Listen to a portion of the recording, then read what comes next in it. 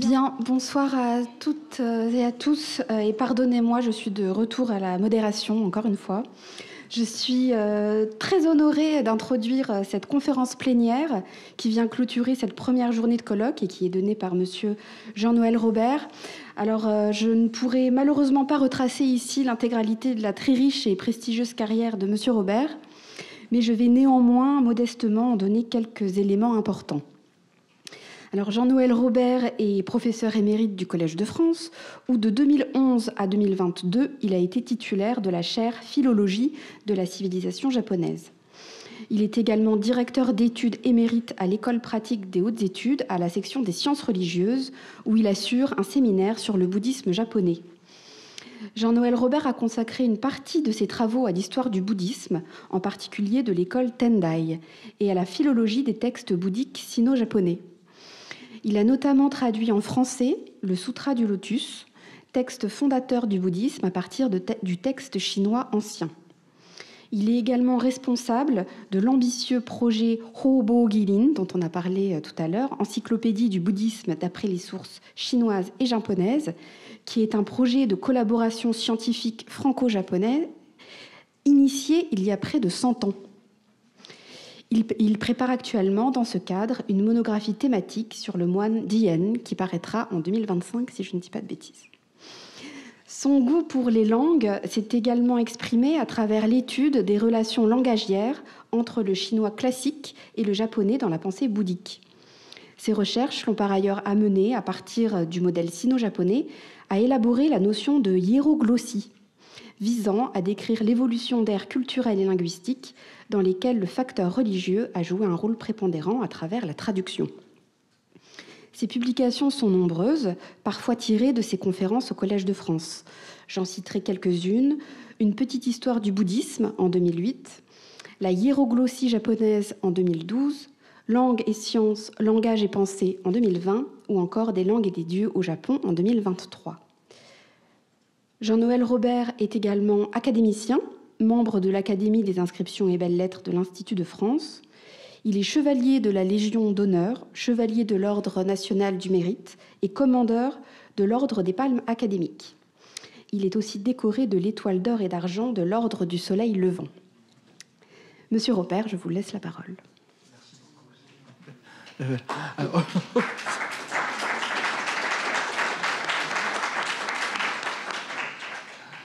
Ça me rappelle Éric Satie qui disait au revoir à ses visiteurs au moment de les rencontrer, parce qu'il n'aurait pas le temps de les saluer après. Voilà. Alors, voilà. Bon, avant tout, se met un agréable devoir que de remercier la Maison franco-japonaise, en la personne de son directeur, Thomas Garcin, d'avoir bien voulu me confier l'intimidant honneur de cette conférence plénière, et la Fondation Hugo du Collège de France pour sa généreuse prise en charge de mon voyage au Japon. Je veux voir dans cette conjonction les prémices d'une coopération plus étroite entre ces deux grandes institutions qui cumulent à elles seules 6 centenaires d'humanisme. En 1964, donc, Bob Dylan chantait « The times they are changing ».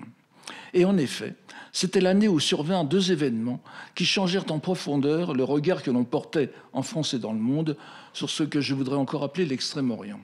Le premier fut, au mois de janvier, l'établissement de relations diplomatiques entre la France et la République populaire de Chine.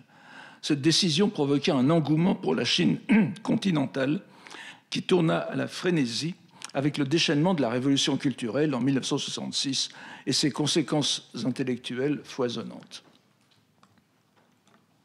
Le second événement fut les Jeux de la 18e Olympiade moderne, célébrée à Tokyo au mois d'octobre 1964. Mais ma technologie étant défaillante, je vous prie simplement de regarder célébré à Tokyo au mois d'octobre 1964 pour la première fois dans un pays d'Asie après le report de 1940. Afin de sensibiliser un public français encore peu intéressé par ce pays, les deux organes d'État de télévision, la RTF et la NHK, avaient décidé de collaborer dans la réalisation d'un feuilleton en 13 épisodes, intitulé en français de façon un peu terne « Vol 272 », alors que la version japonaise, plus évocatrice des vols au long cours, était « Le soleil de minuit », Mayonaka no Taiyo. On y racontait les amours de l'équipage franco-japonais du vol Paris-Tokyo, avec Kishike Eko dans l'un des principaux rôles, l'histoire étant un prétexte à découvrir un Japon quotidien et traditionnel. Je n'ai plus jamais entendu parler de ce feuilleton, en France ni au Japon, jusqu'à ce qu'il me revienne en mémoire à l'occasion de ce centenaire et que j'en retrouve la trace, non sans difficulté. L'important était que pendant 13 semaines de printemps, à raison d'une trentaine de minutes le dimanche après-midi, était donnée aux très rares personnes qui s'y intéressaient cette chance rare et inespérée, entendre parler japonais. C'est du moins pour cette raison que je ne l'ai pas complètement oublié, que je suis probablement l'un des derniers à m'en souvenir. Cela en dit long sur l'accessibilité d'alors à une langue japonaise vivante. Passionné par la Chine et le Japon dès avant ces événements, en voyant avec joie ces pays revenir à l'ordre du jour, je remarquais à peine que l'intérêt qui commençait à se dessiner pour l'étude de leur langue devait peu à un ordre naturel des choses par lequel le public français aurait refait spontanément une partie du cheminement parcouru au XIXe siècle en découvrant les nouveaux aspects de l'Asie. Nous avions bel et bien affaire à une diplomatie culturelle qui allait porter rapidement de nombreux fruits et que je vais m'efforcer de résumer. En fin de compte, je n'étais qu'un fétu de paille, comme vous le voyez, entraîné dans un courant irrésistible lorsque j'entrai en 1967 à l'école des langues orientales avec l'éblouissement de Tintin pénétrant dans le temple du soleil.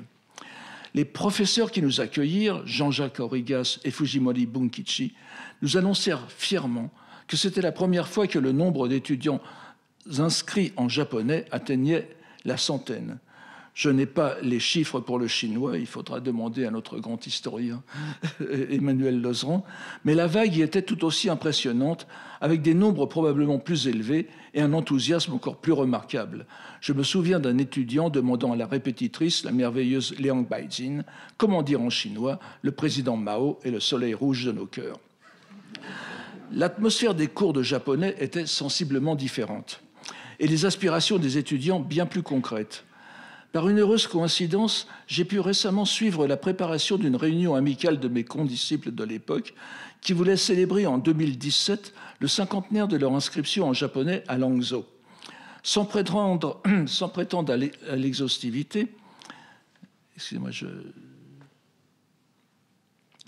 sans prétendre à l'exhaustivité, mais au moins à une certaine représentativité, la courbe de vie de ces heureux septuagénaires devait refléter une certaine réalité.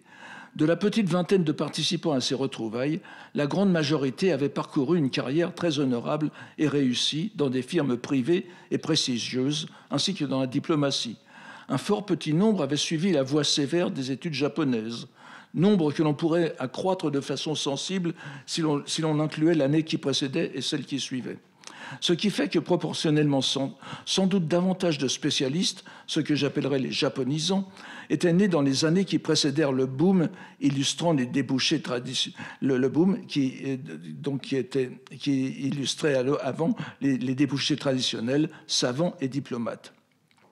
On peut dire qu'à partir de 1967, les études japonaises ne visaient plus seulement à reproduire des professeurs et des ambassadeurs, mais à fournir aussi une formation à tous ceux qui étaient prêts à se lancer au-delà du périmètre protégé du monde académique et diplomatique, dans la vraie vie en somme.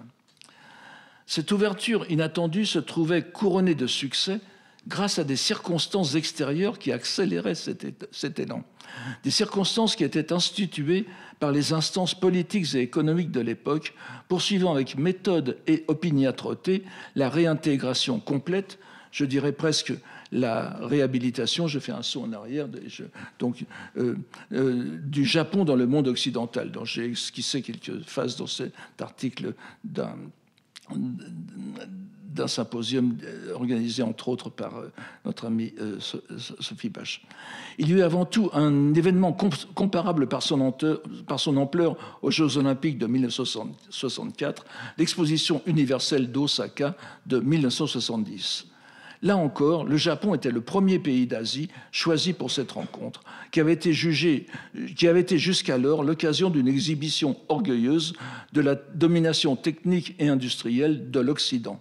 Et nombre de diplômés de troisième année eurent l'occasion d'y trouver un travail d'été qui leur mit le pied à l'étrier pour la suite. À mi-chemin entre les deux événements, il y eut une autre première, encore plus symbolique peut-être pour nos études. En 1968, le prix Nobel de littérature fut attribué au romancier Kawabata Yasunari, le premier écrivain d'Extrême-Orient à recevoir cette distinction. Rabindranath Tagore est encore sujet britannique. Son discours de réception constitue un singulier contrepoint au mouvement d'ouverture et d'alignement international du Japon que nous venons d'évoquer. Il y décrit sa généalogie esthétique et littéraire en ne se référant qu'aux poètes bouddhiques et aux écrivains, hommes et femmes classiques. Aucun auteur occidental, aucune œuvre chinoise, à part une référence au sutra de Vimalakirti, le Yuimagyo, en sa traduction chinoise, aucun écrivain japonais moderne n'est mentionné par Kawabata, à part une très brève allusion à Okutagawa Ryunosuke. Il se présente ainsi comme surgissant seul d'une tradition millénaire dont le sommet est le Genji Monogatari, une œuvre qu'il a occupée jusqu'à la fin de sa vie. Cette distinction provoquait une réaction enthousiaste chez les japonisants, bien sûr, mais aussi dans le public parisien. Je me souviens d'une soirée où, dans la salle de conférence bondée du musée Guimet, Fujimori Bunkichi, Jean-Jacques Origas et Robert Guillain présentèrent l'auteur sous divers aspects, avec une inoubliable lecture faite par Fujimori Sensei des premières lignes de Yukiguni en japonais. En quelques années, donc, le Japon cumulait 3 premières exceptionnelles en tant que pays d'Asie: les Jeux olympiques, le prix Nobel, l'exposition universelle. Tout cela faisait que les études japonaises semblaient portées par l'air du temps, mais un air du temps soutenu par une habile politique d'encouragement de la part du gouvernement japonais qui se déployait de façon rationnelle et efficace. Il faut encore signaler quelques étapes marquantes. Après l'immense succès de l'Osaka Banpaku, dont on dit que le nombre de visiteurs de l'époque ne fut dépassé que par l'exposition de Shanghai en 2010, l'attrait pour le Japon ne demandait qu'à être entretenu et concrétisé, voire canalisé par des structures plus durables. On vit apparaître coup sur coup des initiatives japonaises qui ont dès lors procuré aux japonisants du monde entier des conditions inespérées pour poursuivre études et recherches. Tout d'abord, en 1972, ce fut la création, sous les auspices du ministère des Affaires étrangères, de la Kokusai Koryu-Kikin, ou Fondation du Japon, littéralement Fondation pour les échanges internationaux. Une structure que l'on appellerait sans doute à présent un partenariat public-privé, mais qui reflétait largement le souci officiel de diffuser la connaissance de la langue et de la culture du Japon à travers le monde. Placée sous la présidence d'un personnage public considérable, Kon Hidemi, mort en 1984, intellectuel francophone, écrivain ami d'André Malraux et conseiller très écouté du Premier ministre japonais de l'époque, Tanaka Kakue, que nous allons voir plusieurs fois, avec qui il collaborait déjà depuis plusieurs années avant le lancement de ce projet grandiose. De façon sans doute très symbolique, les premières bourses d'études et de recherche décernées par la Fondation le furent à René Siffert et à votre serviteur en tant qu'étudiant, ce qui reflétait la francophilie profonde d'une grande partie des instances officielles japonaises de l'époque, alors que ces activités s'orientèrent ensuite, en bonne politique, vers le monde américain et asiatique, tout en accordant toujours une attention particulière à l'Europe, avec une efficacité remarquable dans la partie orientale de l'Europe après la chute de l'Union soviétique. Cette même année 1972 fut de plus l'occasion d'une manifestation aussi unique et éclatante qu'une comète dans le ciel. Si elle ne put jamais se répéter par la suite, elle eut cependant des conséquences considérables pour nous tous. Il s'agit de l'International Forum on Japanese Cultural Studies, passons à l'anglais, qui se déroula au mois de novembre 1972, dans le décor grandiose du Kokusai Kaikan de Kyoto, sous l'égide de la section japonaise du Pen Club. Après l'impression de solipsisme littéraire aussi intrigant que délibéré suscité par le discours de réception de Kawabata à Stockholm, on découvre avec surprise que cet écrivain était profondément engagé dans la vie littéraire et politique de son temps, ayant été 18 ans durant, de 1948 à 1965, président du Japan Pen Club, ayant pris une part très active à l'organisation ainsi qu'à la levée de fonds pour cette réunion pharaonique à laquelle furent conviés 269 japonisants étrangers et 238 spécialistes japonais, entretenu de façon somptueuse par la firme Suntory, principal mécène de l'événement. Il est inutile de souligner combien la disparition brutale de l'écrivain de Kawabata, en avril de la même année, 7 mois avant l'événement, qu'il avait contribué à préparer au péril de sa santé physique et mentale, 2 ans après la mort tragique de Mishima Yukio, qui le tenait pour un maître, mettait en lumière de façon éclatante, par-delà l'actualité, la place de la littérature dans l'évolution du Japon de l'époque. La conférence de novembre fut dédiée à sa mémoire.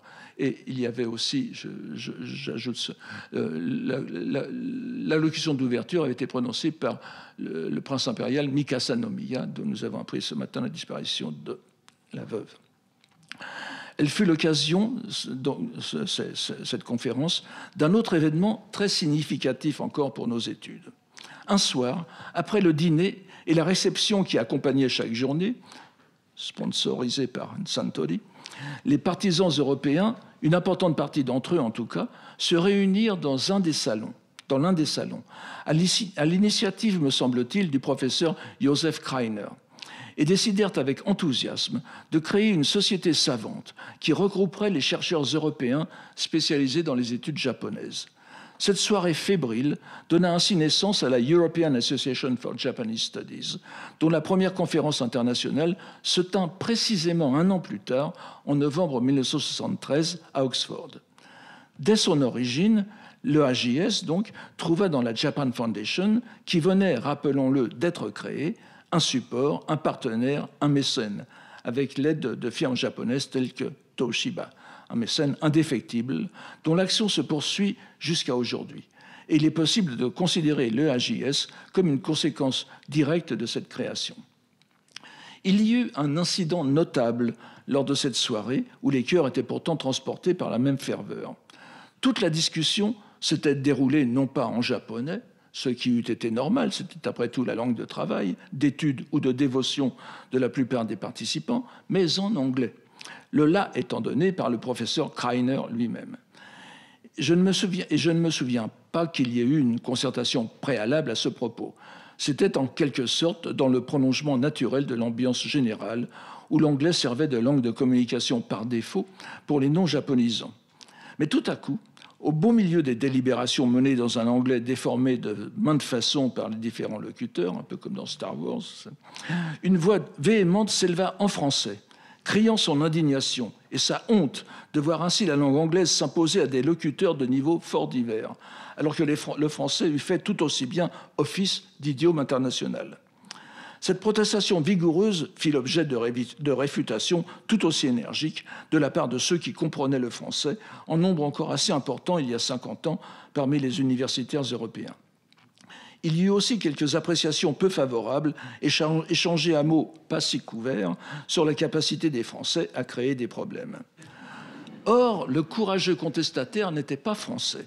Il s'agissait en fait de Dale Saunders, mort en 1995, un japonisant de nationalité américaine qui avait soutenu à Paris en 1953 une thèse de doctorat en études japonaises, sans doute sous la direction de Charles Dagenauer, je n'ai pas pu vérifier.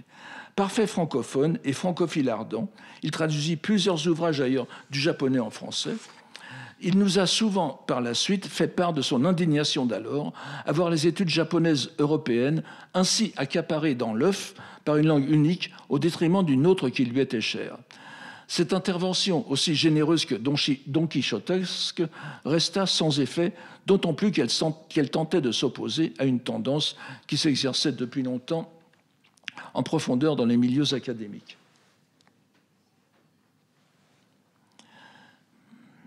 Excusez-moi. C'est une question qui, à mon avis, ne doit pas être considérée comme résolue, nous l'avons bien vu. Quoi qu'il en puisse être, le fait demeure que cette soirée fondatrice s'inscrivait pleinement dans la série d'événements que nous tentons d'esquisser et qui modelèrent nos études pour les décennies à venir. Il convient de faire une dernière remarque à ce propos. Il semble bien qu'à côté de l'appellation officielle de Nihon Bunka Kenkyu Kokusai Kaigi, l'expression plus simple de japonologie Kokusai Kaigi est aussi fait florès à l'époque. Les japonisants se voyant appelés alors japanologistes ou japonologues en français. Bien que ce nom soit apparu dès le XIXe siècle, on ne peut, 1881 ou 1888, selon le Oxford English Dictionary, qui mentionne à ce sujet une traduction d'une langue non mentionnée, non spécifiée, on ne peut dire qu'il ait été systématiquement employé pour désigner un spécialiste du Japon. Mais c'est sans doute au cours de cette période, donc, disons dans les années 1970, que le couple japonologie-japonologue fut le plus en vogue. Il est significatif que le terme d'arabologie soit aussi reconnu vers la même époque, en 1976.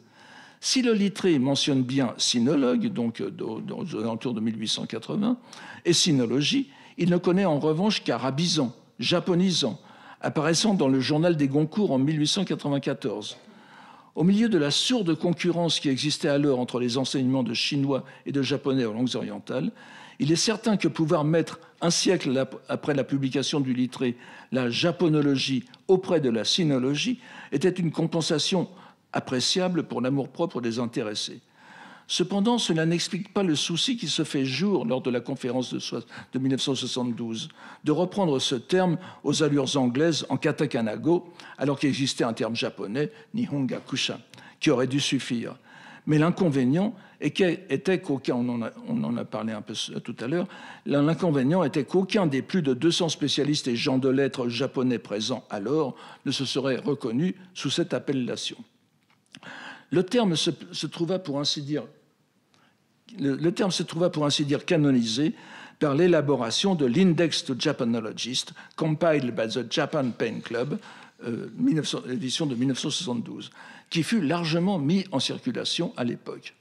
Ainsi, à l'instar de la sinologie et des sinologues, les études japonaises et ceux qui s'y adonnaient eurent dès lors, en Europe au moins, une appellation globale qui donnait à la discipline une indépendance et, pour employer un terme qui n'est pas d'époque, une visibilité dont elle pourrait pleinement profiter dans la nouvelle configuration qui s'était mise en place au tournant des années 70 du XXe siècle.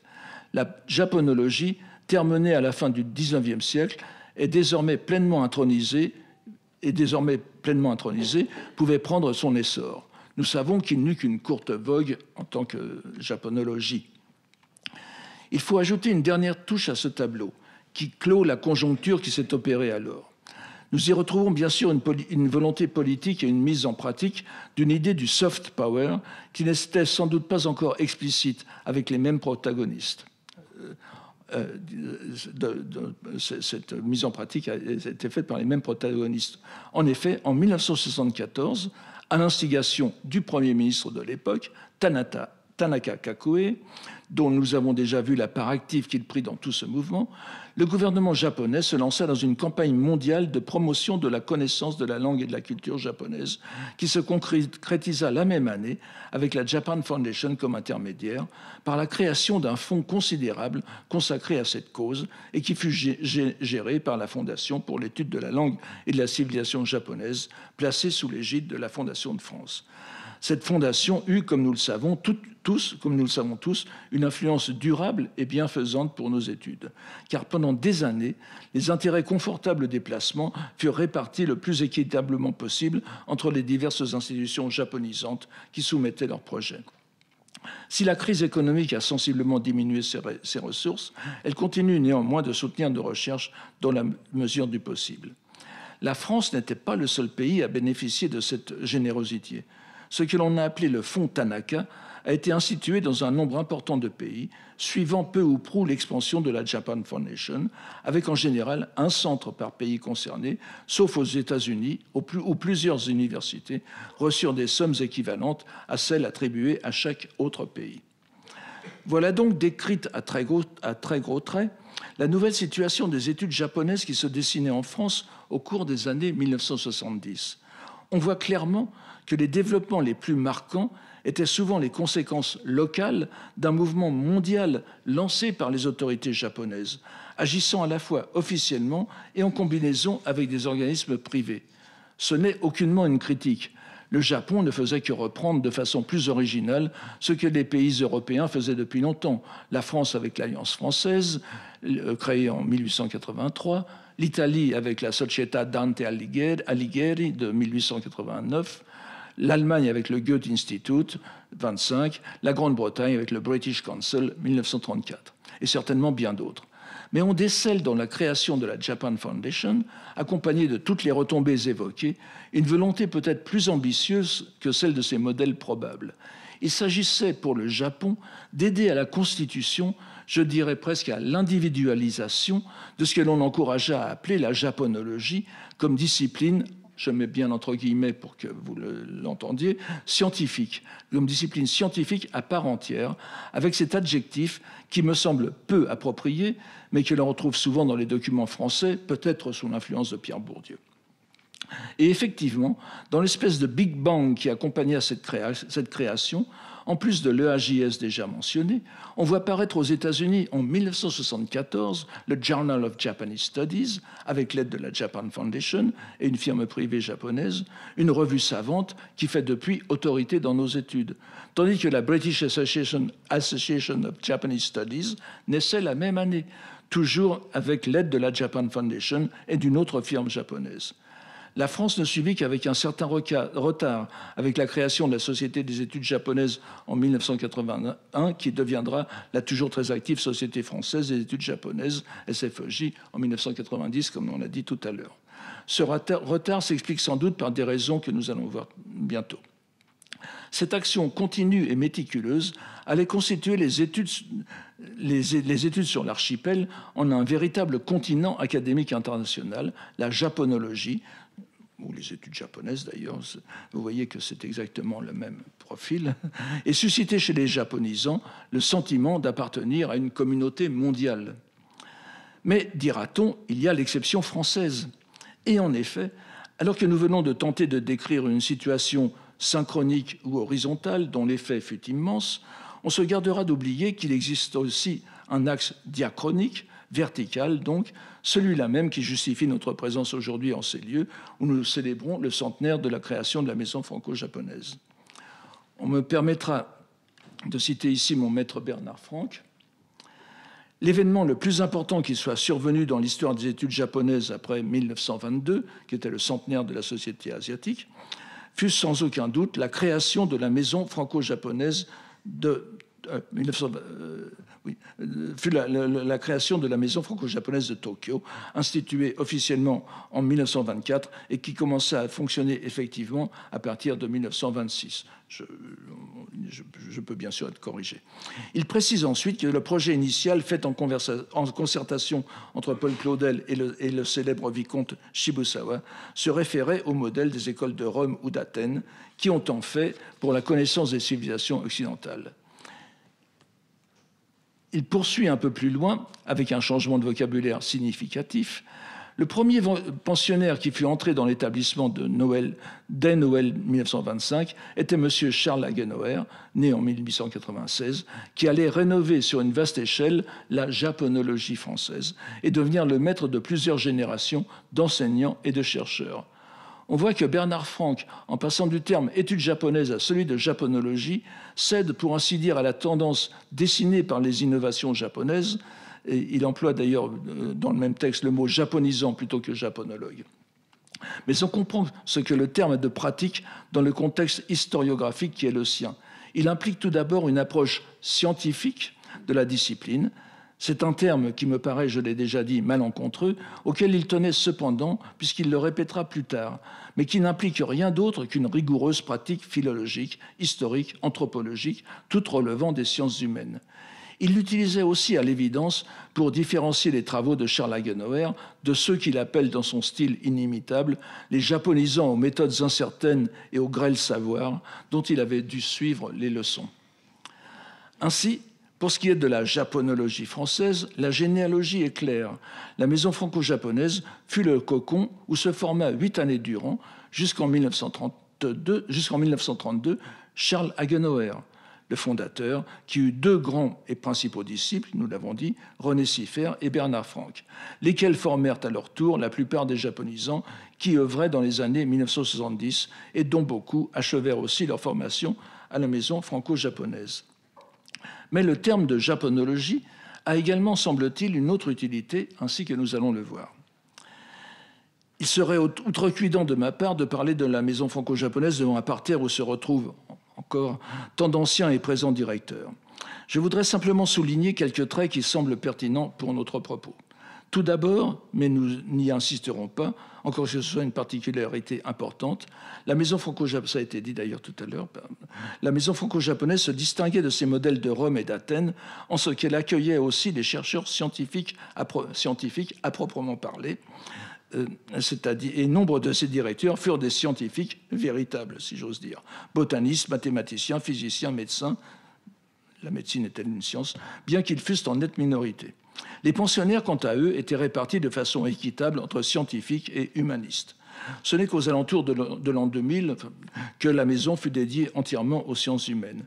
Cet encyclopédisme s'expliquait par l'éloignement entre les deux pays et la nécessité d'avoir un lieu d'accueil permanent pour les chercheurs scientifiques qui servent aussi d'intermédiaire avec les milieux japonais concernés.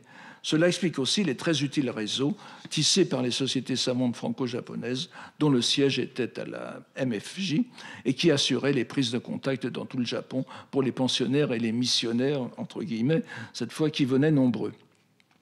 En 1990, il y avait 24 de ces sociétés savantes franco-japonaises où les sciences étaient très bien représentées, mais aussi les sciences,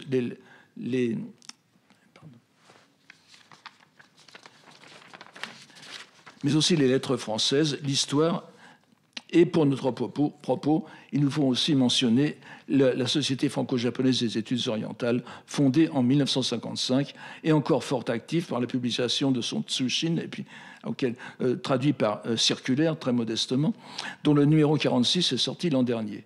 Une originalité importante de la maison franco-japonaise est son caractère binational franco-japonais et sa gestion en quelque sorte publique-privée partagée entre les deux pays, ce qui explique aussi en partie le caractère encyclopédique de sa conception. Malgré la forte composante scientifique au sens propre de la maison franco-japonaise, il est évident que l'axe essentiel de son activité savante, et ce dès sa création, a été les études orientales, ou pour employer un terme désormais peu en faveur, l'orientalisme. En effet, après les décisions politiques de lancer le projet prises par Claudel et Shibusawa, ceux qui mirent l'institution en activité, comme l'écrit Bernard Franck, à partir de 1926, furent Alfred Fouché, Sylvain Lévy et Paul Domiéville, chacun orientaliste au sens le plus large. Malgré la diversité de leurs intérêts savants, le lien qui unissait leurs travaux était bien l'étude du bouddhisme dans ses divers développements historiques, comme l'illustre l'immense Sylvain Lévy, qui, indianiste de formation, avait rapidement compris l'intérêt des sources chinoises pour la recherche sur ces doctrines. Familier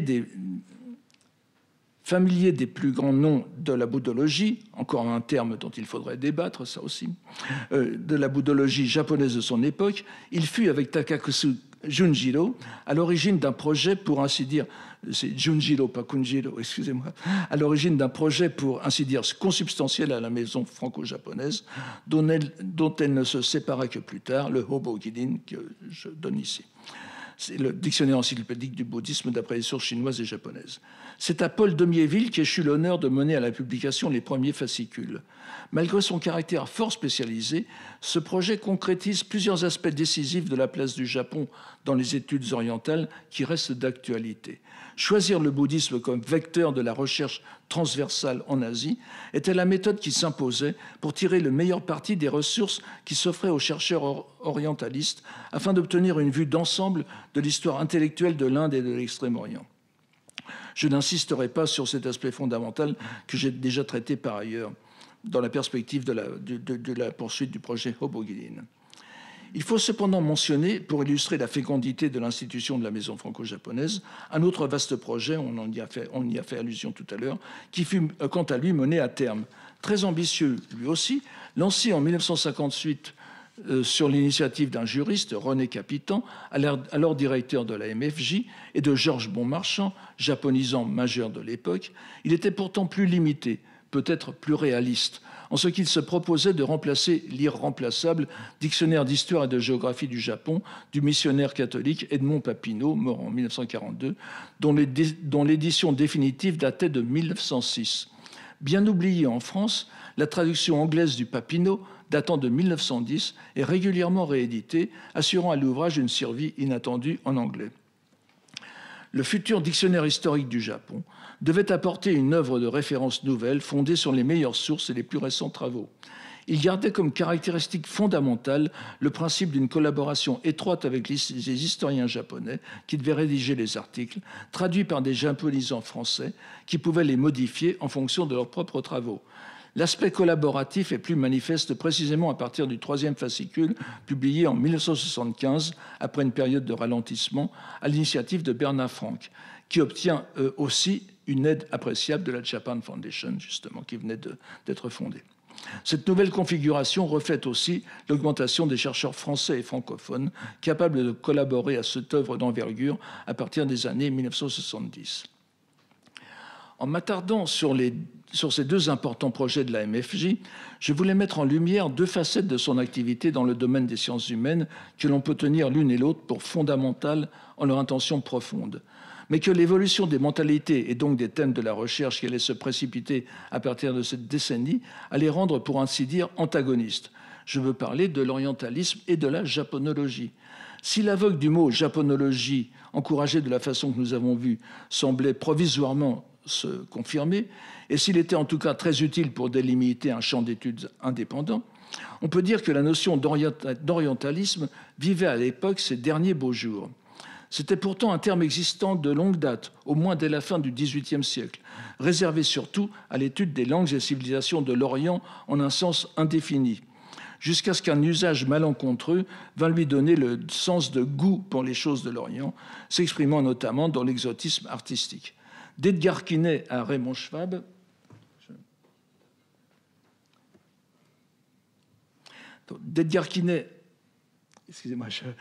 à Raymond Schwab, on note que c'est surtout l'indianisme qui est au centre de l'orientalisme, au moment où la pensée et les religions de l'Inde apparurent comme un monde capable de rivaliser avec la civilisation classique, le sanskrit étant en passe de devenir la troisième langue classique de l'Occident. Et je n'exagère pas pour l'époque. Il semble bien que se fasse jour entre l'orientalisme fondateur de la maison franco-japonaise, où l'Inde occupait une place centrale. Rappelons qu'après Sylvain Lévy, le grand sanskritiste Louis Renou en fut aussi directeur, et donc entre l'orientalisme et la japonologie qui s'individualise en tant que domaine d'étude dans cette décennie essentielle des années 70, une sorte de contradiction, comme aurait dit Mao Tse-tung, ou d'émulation qui allait devenir plus évidente sur un autre terrain. Bien après la maison franco-japonaise, lorsque fut fondée, après la Seconde Guerre mondiale, l'institution, elle aussi unique en son genre, qu'est le Centre national de la recherche scientifique, il était normal, alors que les études orientales poursuivaient leur essor, qu'une section leur fût consacrée. Elles apparaissent, ces études, dès le premier organigramme en 1949, aussitôt après la section linguistique et philologie classique, sous l'intitulé « Linguistique et philologie non classique ». Délicieux reflet d'une vision du monde qu'il serait pour le coup justifié d'appeler européocentriste. Mais dès 1960 apparaît la section « Langue et civilisation orientale », faisant suite à celle intitulée « Langue et civilisation classique », cette fois donc le nom classique part. La notion d'oriental englobant la zone allant des pays berbères jusqu'à l'Extrême-Orient. Malgré les fluctuations de son numéro d'ordre au fil des ans, elle pourra rester cette section indépendante jusqu'en 1991, date à partir de laquelle, tout en gardant son intitulé, elle ne sera plus qu'une sous-section de la section « Formation du monde moderne ». Bien entendu, entre ces dates, et somme toute avec une lenteur de réaction très significative de la part des chercheurs français, était passé l'ouragan de la critique saïdienne de l'orientalisme, publié en 1970 et traduit en 1980. C'est pourtant avant cette publication, au moment où les études orientales semblaient atteindre une manière de sommet, que la fin arriva. de façon emblématique, marquée par le naufrage d'une autre institution symbolique des études orientales. Il s'agit du Congrès des orientalistes, dont le premier s'était réuni avec grand succès en 1873, grâce aux efforts du pionnier en France des études japonaises, Léon de Rosny, lequel voulait, semble-t-il, le limiter tout d'abord, ce congrès, aux études japonaises. Mais il fut très vite dépassé par l'ampleur du mouvement qu'il avait lancé et de façon durable. En 1973, en effet, nous arrivions au 29e congrès des orientalistes, qui se réunit à Paris avec 3000 participants, dont un grand nombre de chercheurs asiatiques. Les actes en furent publiés en 1976 en plusieurs fascicules, qui furent comme le chant du cygne d'une approche véhémentement contestée lors des débats pléniers. C'est aussi en 1976 que se tint à Mexico sa première réincarnation de ce congrès des orientalistes sous le nom de Congrès international des études asiatiques et nord-africaines, qui tint sous un intitulé très conciliant le 30e Congrès international des sciences humaines en Asie et en Afrique du Nord, mais dont l'orientation politique était beaucoup plus marquée. Nous voyons ainsi que l'ouvrage d'Édouard Saïd, loin d'être la cause de cette vague de fond qui emporta l'orientalisme en France notamment, en était plutôt une manière d'indicateur, reflétant l'insatisfaction profonde d'un grand nombre de chercheurs à l'égard de l'approche académique des cultures orientales qui avait pu se constituer au cours d'un siècle et demi. Si nous prenons en France comme point de départ la fondation de la Société asiatique de 1822, très peu de temps après la création des chaires de chinois et de sanskrit au Collège de France en 1814 et 1815. À l'évidence, en plus de l'apparition d'une conscience politique plus vigoureuse chez nombre de chercheurs, qu'ils soient ou non occidentaux, la diversification des méthodes et des thèmes rendait impossible la cohabitation. Or, ainsi que nous l'avons vu, cette dissolution de l'orientalisme s'effectue dans sa phase la plus aiguë, en France tout au moins, au cours de la décennie même où la japonologie entre guillemets, se constitue en une discipline autonome dans l'ensemble du monde grâce au stimulus efficace des autorités japonaises. Alors que la maison franco-japonaise célébrait son cinquantenaire en 1974, 5 ans plus tard, à la fin de cette décennie mouvementée, et comme pour la couronner, survient en 1979 la création au Collège de France d'une chaire de civilisation japonaise qui sera entérinée un peu plus tard, mais qui est chaire attribuée à Bernard Franck. Il prononcera sa leçon inaugurale en 1980 et enseignera jusqu'en 1995. Il conviendrait de dire quelques mots sur les raisons qui ont mené le Collège de France à cette création de chaire, alors que la japonologie en avait toujours été tenue à l'écart. Je simplifie. D'après ce que m'en a dit Bernard Franck lui-même, en dehors de l'appui des représentants des chaires asiatiques de grande tradition, c'est avant tout l'enthousiasme des titulaires des chaires scientifiques, au sens propre, qui poussa à cette décision novatrice. Le Japon était graduellement devenu, au long des années 1970, au long des années 1970 l'emblème du développement économique, technique et scientifique. Du livre « Le Japon, troisième grand » de Robert Guillain en 1969 jusqu'au « Japan as number one » d'Ezra Vogel en 1979, le paroxysme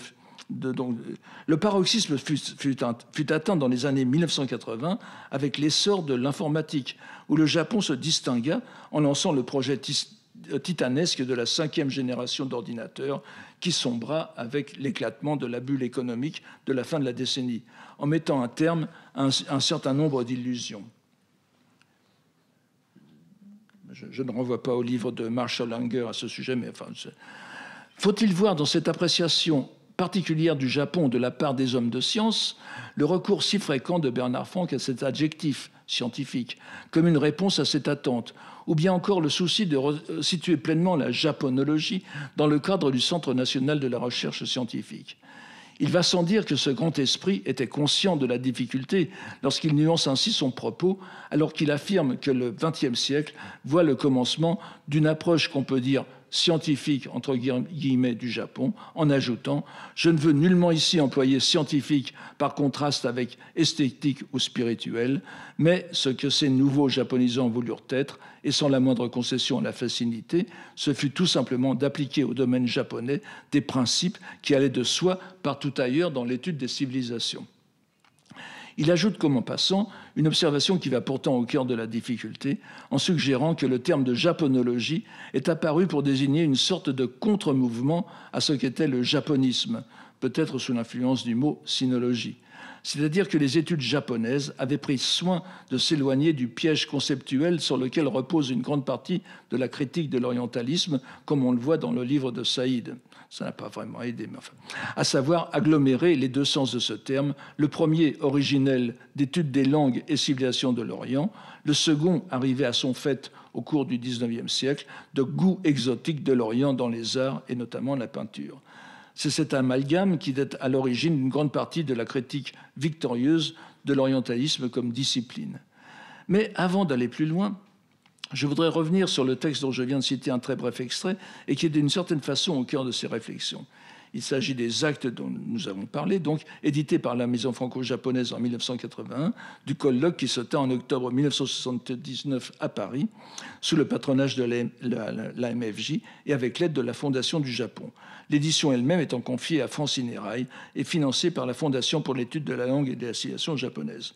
On voit ainsi réunies autour de cet événement toutes les institutions dont nous venons de parler, y compris le Collège de France, représenté par Bernard Franck qui venait d'y être nommé. Nous n'avons certes pas le temps de traiter comme il le faudrait ce qui apparaît comme le bilan d'un demi-siècle et l'esquisse d'un programme pour les années à venir dont nous sommes à présent au terme. À cette rencontre participaient japonisants français ou européens francophones, mais aussi des universitaires japonais parfaitement francophones.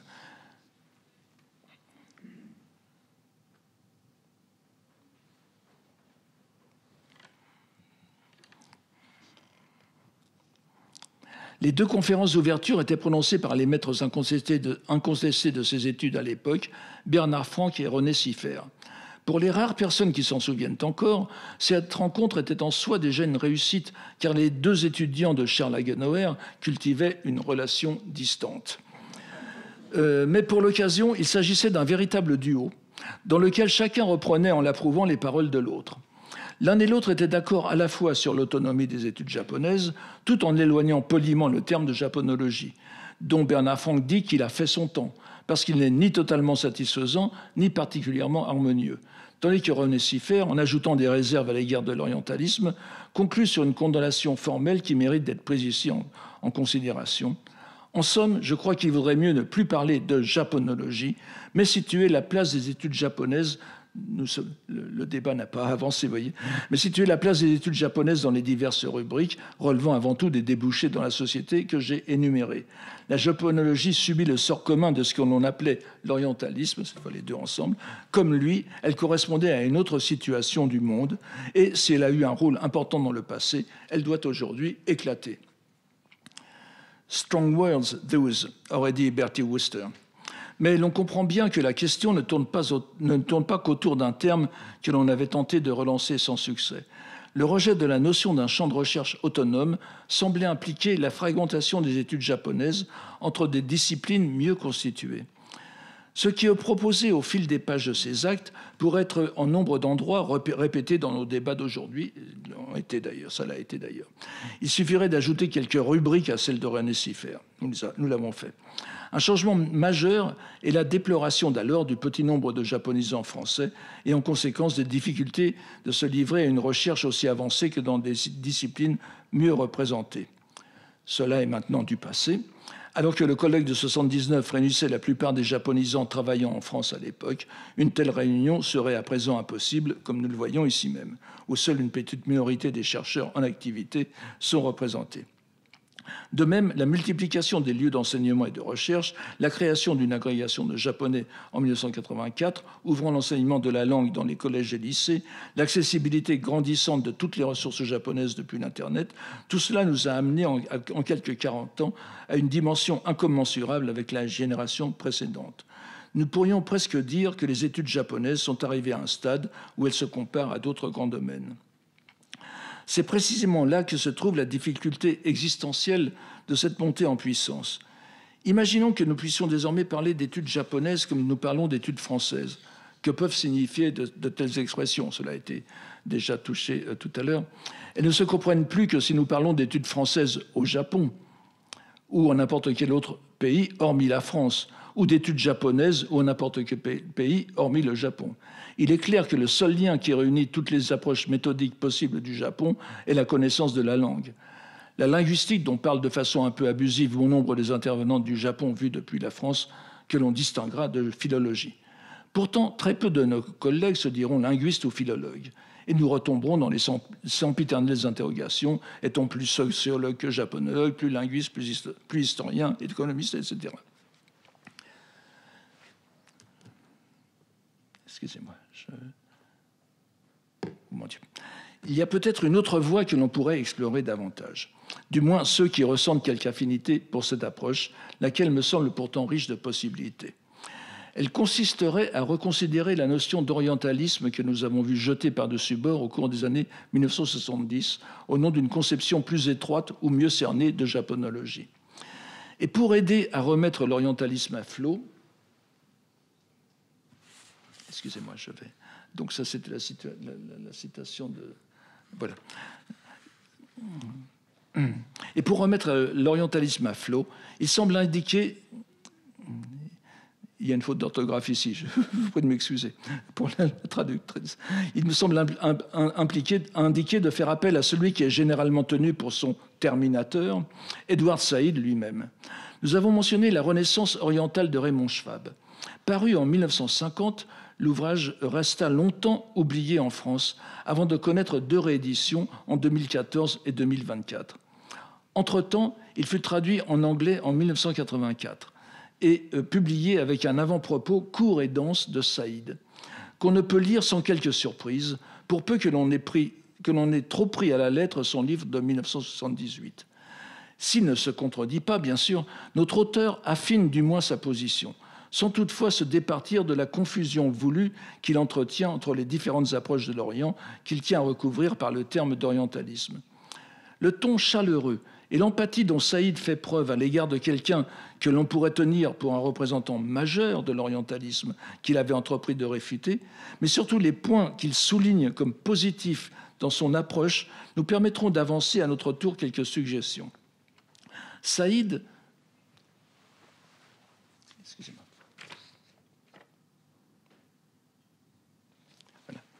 Saïd semble approuver la position de Schwab, selon laquelle il manquait à la Renaissance classique occidentale toute connaissance de ce qui aurait pu réellement contribuer à élaborer une vision humaniste complète du monde.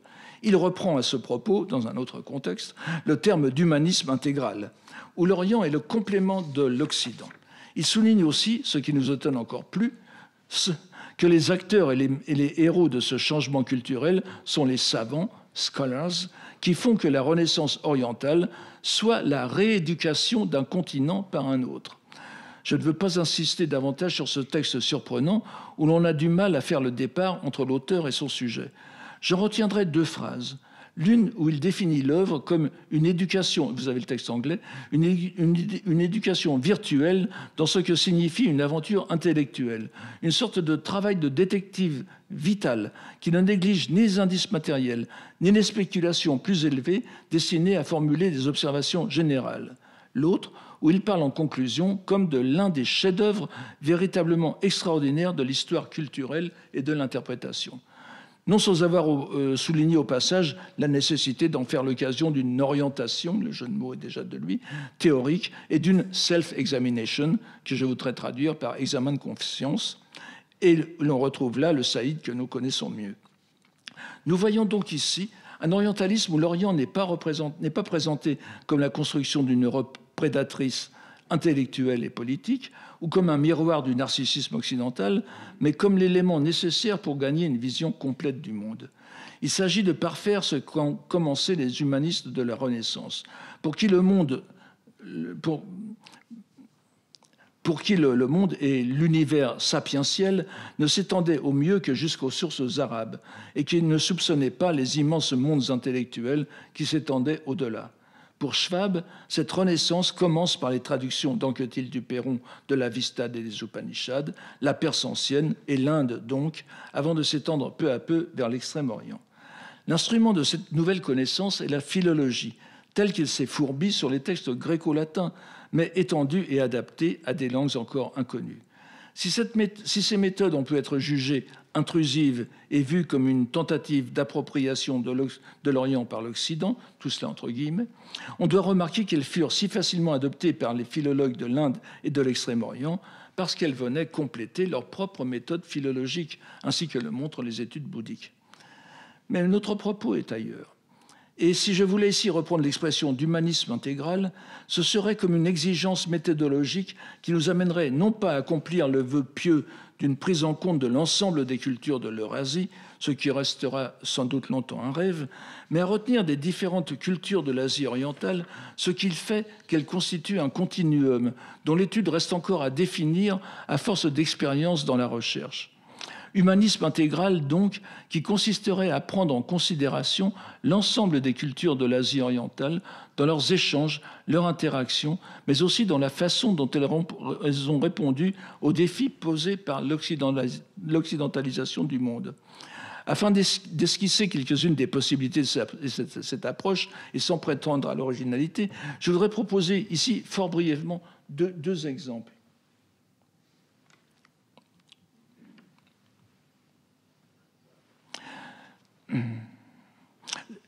Je voudrais d'abord suggérer que la traduction littéraire qui s'effectue dans les deux sens entre les littératures chinoises et japonaises, et cela s'étend bien sûr aux les littératures coréennes et vietnamiennes, présente des aspects profondément différents des traductions allant vers des langues d'autres cultures, et dont la symétrie ne se retrouve que dans les traductions intra-européennes, par exemple.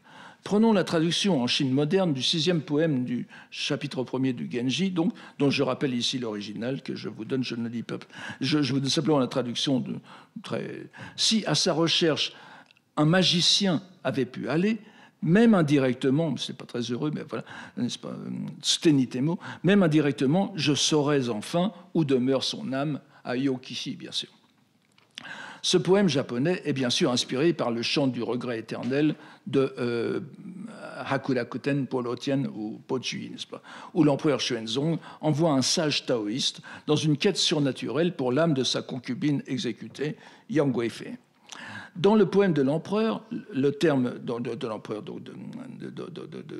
le Kiritsubo, n'est-ce pas, le terme de Maboroshi désigne ici un personnage et non un phénomène, le maître d'illusion et non l'illusion.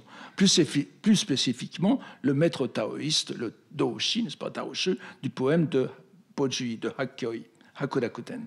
Il eût été légitime pour un traducteur chinois de se contenter de remettre le terme de l'original qui est dans le poème, n'est-ce pas, de Hakurakuten, je le prononce en japonais, de Hakurakuten, donc Doshi. Or, aucun des deux grands premiers traducteurs ne s'est résigné à cette solution trop facile. Pour ne citer que l'exemple de la traductrice de Taïwan, Lin Wenyue, elle évite le terme Doshi, mais le rend par une périphrase. Alors, je vous regarde, c'est souligné, n'est-ce pas? Elle le rend par une périphrase issue du poème de Hakurakuten et parsème sa traduction de mots tirés des vers du poète chinois. Je ne fais pas de jeu de mots idiot. Ici encadré, souligné, ce qui ne fait qu'enchasser plus profondément le poème japonais dans sa source chinoise. On pourrait dire que c'est l'inverse d'une traduction, une véritable réintégration enrichissant l'original japonais qui devient une étape dans l'évolution littéraire d'une sorte d'hypertexte. Son prédécesseur, l'illustre Fang Zekai, alors je simplifie cette histoire qui est très compliquée, l'illustre Fang Zekai est plus sobre, je le donne ici aussi, n'est-ce pas, mais recourt au même expédient. En admettant que l'un a influencé l'autre, ce qui n'est pas certain, on appréciera aussi de l'un à l'autre l'approfondissement d'un processus d'intégration. Lin Wenyue allant plus loin que Fang Zekai, d'un processus d'intégration qui ne s'entend que comme un dialogue sino-japonais. Ce procédé concerne l'ensemble du Genji et aussi la douzaine et plus de traductions chinoises complètes qui en ont été faites depuis. Mais on pourrait étendre l'enquête avec de belles découvertes aux traductions chinoises et japonaises de mêmes textes occidentaux, comme la Divine Comédie, par exemple, dont l'un des premiers traducteurs chinois, Chen Daosun, s'était aussi attaqué au Genji Monogatari et au Manyoshu, italien et japonais, vers 1921, au moment où les traducteurs japonais se lançaient aussi dans l'aventure de la Divine Comédie. Il est passionnant de voir comment, sans se concerter, mais en puisant dans les mêmes ressources religieuses et philologiques, les deux langues intègrent un texte aussi étranger. la Divine Comédie. En philosophie, l'extraordinaire et récent essor des études sur la philosophie japonaise en France, comme en Occident, ne peuvent que réjouir. Mais tout aussi étonnante est la quasi-absence de regard transversal en Europe sur l'histoire de la philosophie chinoise moderne, dont nous connaissons pourtant les liens avec le Japon en ses débuts. Alors que la plupart des questions de terminologie et de légitimité de réflexion nées dans un autre univers linguistique et idéologique se sont posées dès l'origine avec des réponses qu'il est nécessaire de comparer. Plus encore, le rapport qu'ont entretenu les penseurs chinois et japonais modernes avec leur propre tradition de pensée les a parfois menés à des élaborations dont la similarité de surface doit au moins interroger. Pour n'en donner ici qu'un exemple, mais central, il suffira de mentionner le rôle que la doctrine Tendai de la réalité des entités, n'est-ce pas, Shōho Jissō, joue chez deux penseurs aussi différents mais contemporains que le chinois Mao Zedong-san et le japonais Ishizu Teruji. Mao Zedong-san né en 1909, Ishizu Teruji 1903. Ici encore, il ne s'agit qu'un exemple parmi tout un monde dont l'exploration reste à faire. Et je me garderai bien sûr d'aborder la question des religions et des idéologies, que ce soit les trois doctrines, n'est-ce pas, les Sangyo ou les idéologies du XXe siècle, de crainte de devoir me lancer dans l'évocation du bouddhisme. En 1976, s'est tenue à Zurich la deuxième conférence de l'EAJS.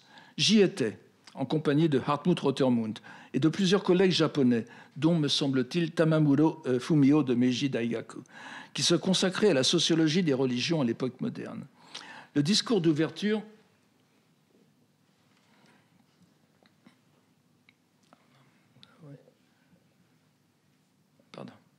excusez-moi, je reviens un peu en arrière.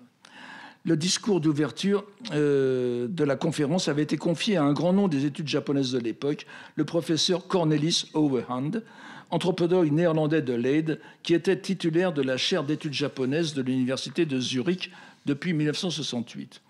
Son étude Namazue and Their Themes, publiée en 1964, est devenue un classique de la japonologie. Ce chercheur à la pointe des études japonaises renouvelées, dans son allocution prononcée au cours d'un dîner croisière sur le lac de Zurich, choisit pour décrire l'objet de ses recherches l'expression pour le moins anachronique, même pour l'époque, de « Land of Our Dreams », le pays de nos rêves, qui faisait davantage songer à Lafcadio Hearn qu'aux méthodes structuralistes dont il se réclamait. Nos collègues japonais ne furent pas non plus peu surpris de ce qui aurait été quelque temps plus tard dénoncé comme une profession de foi orientaliste. J'avoue pour ma part ne pas y avoir été insensible. Il me semble en effet qu'en réorientant, en m'inspirant du mot de Saïd dans son avant-propos à Schwab, les études japonaises dans un cadre orientaliste historiquement rétabli, c'est-à-dire en embrassant la dimension humaniste de la civilisation d'Asie orientale dans l'originalité de son évolution historique et actuelle, propre, en envisageant la philologie dans le cadre qui a toujours été le sien, en poursuivant l'étude des philosophies, des religions et de littérature dans leurs relations transversales contemporaines, nous pourrions refonder des études orientales où les études japonaises auraient une place intégrale. Je me sens conforté dans cette conviction en découvrant presque par hasard des idées analogues chez un chercheur travaillant sur l'époque moderne dans un domaine pourtant fort différent du mien, notre collègue Sonoda Shigeto de l'Université de Tokyo, qui, bien longtemps après Cornelis Overhand, a prononcé en 2023 la conférence d'ouverture de l'EAJS à Gand, en Belgique, avec l'intitulé « Asianization of Asian Studies and its Impact on Japanese Studies ». Je ne saurais mieux dire. Il resterait encore beaucoup à ajouter. Mais j'ai déjà trop abusé du temps qui m'était imparti et de votre patience. Je vous remercie donc de tout cœur et afin de poursuivre cette réflexion, je vous donne rendez-vous au prochain centenaire. Merci beaucoup.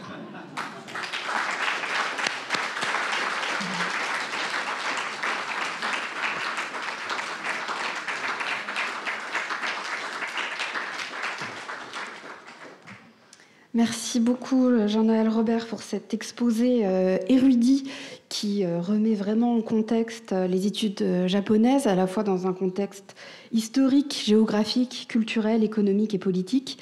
Et alors, je ne vais pas monopoliser la parole, je vais laisser la parole à la salle. En tout cas, cet exposé et plus globalement, en fait, le colloque qui nous réunit aujourd'hui m'a rappelé une citation que j'ai lue récemment, alors qui est somme toute très simple, mais qui, je crois, est assez parlante pour cet événement, qui est une citation de Daniel Kuhn, un astrophysicien français, qui nous dit que ignorer l'histoire de sa propre discipline conduit à faire des erreurs dans sa propre recherche.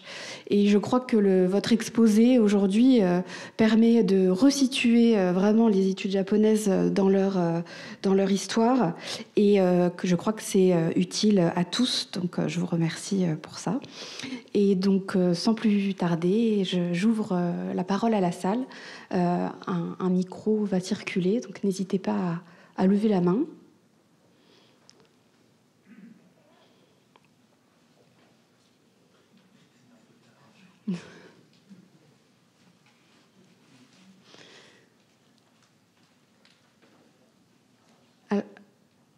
Non. Bon, alors je vais me lancer pour chauffer la salle, voilà.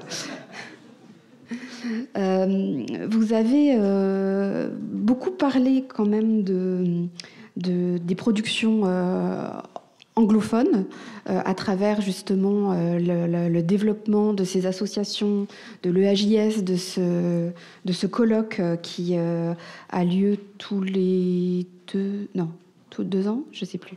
3 ans 2 ou 3 ans, oui. 3 ans. Et alors, je ne sais pas si vous avez... alors, pas les chiffres en tête, évidemment, mais comment vous observez la participation des Français dans ces événements plus internationaux et voilà, comme la place des recherches françaises. Merci beaucoup. Oui, en effet, je pense que la création même de cette EAJS a marginalisé les Français dès le début. Et c'est vrai que souvent j'ai entendu. Nous avons fait une conférence en 1980. Je n'étais pas encore né comme en 1985 à Paris. Qui a été très, très réussi. D'ailleurs, Ottermund était l'âme de cette... Mais c'est vrai que les Français étaient toujours désespérément absents. C'est ce qu'on a parlé tout à l'heure. Pour les japonisants français de ma génération et celle d'après encore, le dialogue est avant tout avec le Japon. Ça, il n'y a pas d'autre. Et comme je pense l'avoir vu, l'avoir montré, nous croyions, nous croyions des électrons libres quand nous avons commencé le japonais. Et en effet, comme l'a souligné Suiri, peut-être Pierre Suiri, ou quelqu'un qui parlait, ou Bernard Faure, les 30 tout semblait ouvert devant nous, mais c'était pas seulement les 30 glorieuses, c'est que la japonologie, les études japonaises, c'est vraiment la même chose en réalité, comme vous le voyez bien, l'espace. Les anglo-saxons n'ont jamais accepté le mot de japanology que les Japonais ont essayé de lancer à l'époque. Donc c'était Japanese Studies dès le début, mais c'était bien ça. C'est-à-dire que nous étions en réalité soutenus sans que nous le sachions, par des cordes invisibles qui étaient la merveilleuse structure extrêmement efficace de ces Japanese Studies qui nous ont mis sur une sorte d'autoroute, de belt conveyor, n'est-ce pas, où tout semblait facile. Et c'est vrai que quand on comparait les études japonaises de l'époque à des domaines moins fortunés, comme par exemple les études coréennes qui ont mis très longtemps. Lorsqu'il y a eu les Jeux Olympiques de Séoul, tout le monde s'est dit ça va être comme au Japon en 64, et déjà les enseignants de coréen se préparaient aux rushs. Or, il n'y a eu personne.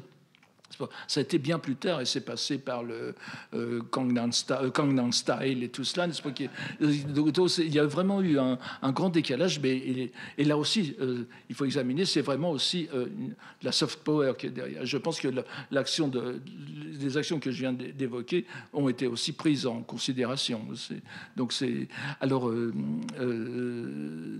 Et alors, évidemment, les Français étaient dès le début moins internationaux, peut-être indignés que le français n'est pas été la langue de travail Mais je faisais allusion, par exemple, à Monumenta Nipponica, vraiment, qui est la grande revue de nos études, malgré tout. Au début, on acceptait les articles en anglais, allemand, français et italien ou espagnol, je crois. Et à partir des années 60, on est passé à l'anglais. Mais jusqu'à cette époque-là, vous aviez souvent des articles très intéressants en allemand. D'ailleurs, une grande partie des responsables étaient allemands au début. De même, le journal Asian Folklore Studies, qui au début était plurilinguistique, qui est publié au Japon par Nanzan Daigaku, est passé à l'anglais complètement. Donc, voilà, la question n'est pas encore résolue, encore que la solution dont Cécile parlait tout à l'heure me semble tout à fait envisageable maintenant.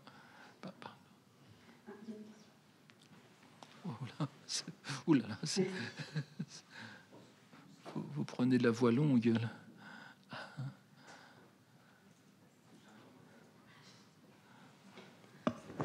Merci beaucoup, Jean-Noël, parce que je crois que tu as vraiment éclairé quelque chose dont on n'était pas suffisamment conscients tous pour ces décisions du gouvernement japonais. Simplement, comment dire, il y a un mouvement qui l'a précédé. Tu parles du livre qui va paraître dirigé par Sophie Bache et Michael Luken, donc sur ce colloque auquel on a participé. Ça, c'est pas le gouvernement japonais qui a fait le zen, le cinéma, les BD. Enfin, c'est-à-dire que les Japonais ont su de manière habile, à la fin, j'imagine dans les années 60, peut-être autour des Jeux Olympiques de Tokyo, prendre conscience. Donc là, ça me donne envie de le lire, ce Kon Hidemi et d'autres gens. Je pense que certains intellectuels ou experts du gouvernement japonais ont compris qu'il se passait quelque chose en Europe après la guerre. Et dans ce contexte international, après avec l'ONU, enfin voilà, toute la nouvelle donne de la guerre froide, ils ont compris qu'il y avait une carte à jouer. Et ça serait vraiment très, très intéressant d'étudier mieux les écrits. Peut-être que Michael a des lumières sur ça. Oui. Mais comment dire, c'est quand même pas eux qui ont déclenché le truc. Tu as d'autant plus raison que c'est exactement ce que je pense. Et d'ailleurs, je renvoie à cet article que je mentionne des aliens aux alliés entre 1945 et 1975. Enfin, vraiment, l'image du Japon a été complètement inversée. Au début, je faisais ça par l'histoire des bandes dessinées. Au début, l'armée impériale japonaise en déconfiture devient l'allié des Martiens pour se venger de la défaite américaine. Ils sont décrits de façon très martienne.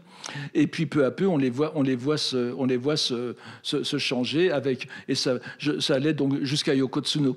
Et l'intermédiaire, alors pas japonais mais américain, est tout à fait le kid en kimono, n'est-ce pas? Geisha Boy est vraiment et les romans d'espionnage de Marquand aussi, qui ont vraiment d'un certain côté, le pont, celui qui a fait le pont de la rivière Kwai. Non, le livre, le romancier français qui a fait enfin bon. Pierre Boulle, voilà. Il a fait dans les années 60 les jardins les jardins de Tanakawa, où ce sont les Japonais les premiers qui vont sur la Lune. Les Japonais vont sur la Lune parce qu'on savait à l'époque qu'ils ne pourraient pas revenir. Donc un Japonais se fait harakiri sur la Lune, enfin un harakiri en débranchant l'oxygène de son casque. Donc enfin, il y a tout, parce qu'il n'est pas question d'embêter en faisant un voyage de retour. Donc voilà, il y a vraiment un processus de réhabilitation du Japon qui est très organisé aussi et centré aussi avec les États-Unis. Bon, les Américains, ils le font de manière volontariste. Ah, le film, par exemple, Sayonara, où oui, il y a vraiment une propagande. Oui, tout à fait. Oui. Barbarian and the Geisha. Aussi, ah oui, voilà, oui, il y a vraiment tout. Mais comme ça, le kid en kimono, Jerry Lewis est exemplaire pour cela. Enfin, sinon, j'ai une question un peu personnelle. J'ai donc cru comprendre que tu y étais à ce colloque de 19. Ah, lequel? Non, pas 79, celui au Costa Rica. Ah oui. J'étais le plus jeune. Mais Monsieur Origas y était aussi, je crois. Oui, bien sûr, il y avait Etiamble aussi. Pardon? Il Oui, bien sûr, oui. Et Thiamble y était aussi, donc japonisant au sens très large. Et Thiamble s'est évanoui au moment de faire sa conférence. Mais donc mais c'était remarquable parce qu'ils n'ont jamais pu refaire parce que ça coûtait une fortune, même pour l'époque. Ils n'ont jamais pu. Mais c'était éminemment politique. Et je suppose que la création de l'EAJS n'était pas si spontanée que cela. Enfin, Kreiner savait déjà ce qu'il aurait derrière lui lorsqu'il a proposé cette... Il faudrait voir quand est-ce qu'ils ont construit le Kokusai Kaikan. Un peu d'années avant. Je pensais que c'était pour l'occasion, mais c'était déjà avant. Oui. Mais c'est pareil, on est dans la même... c'est après les Jeux Olympiques, bien sûr. C'est autour de... J'ai dû le noter quelque part. Enfin, autour de 70 par là. 68 ou 70. On a encore 2 minutes. Donc, est-ce qu'il y a une question, une remarque sur ce qui vient d'avoir été dit?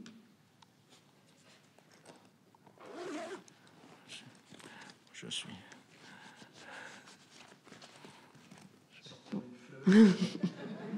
Non, si tout le monde a été repu par cette riche conférence, alors on va clôturer ici cette première journée et puis surtout vous remercier à nouveau, Monsieur Robert.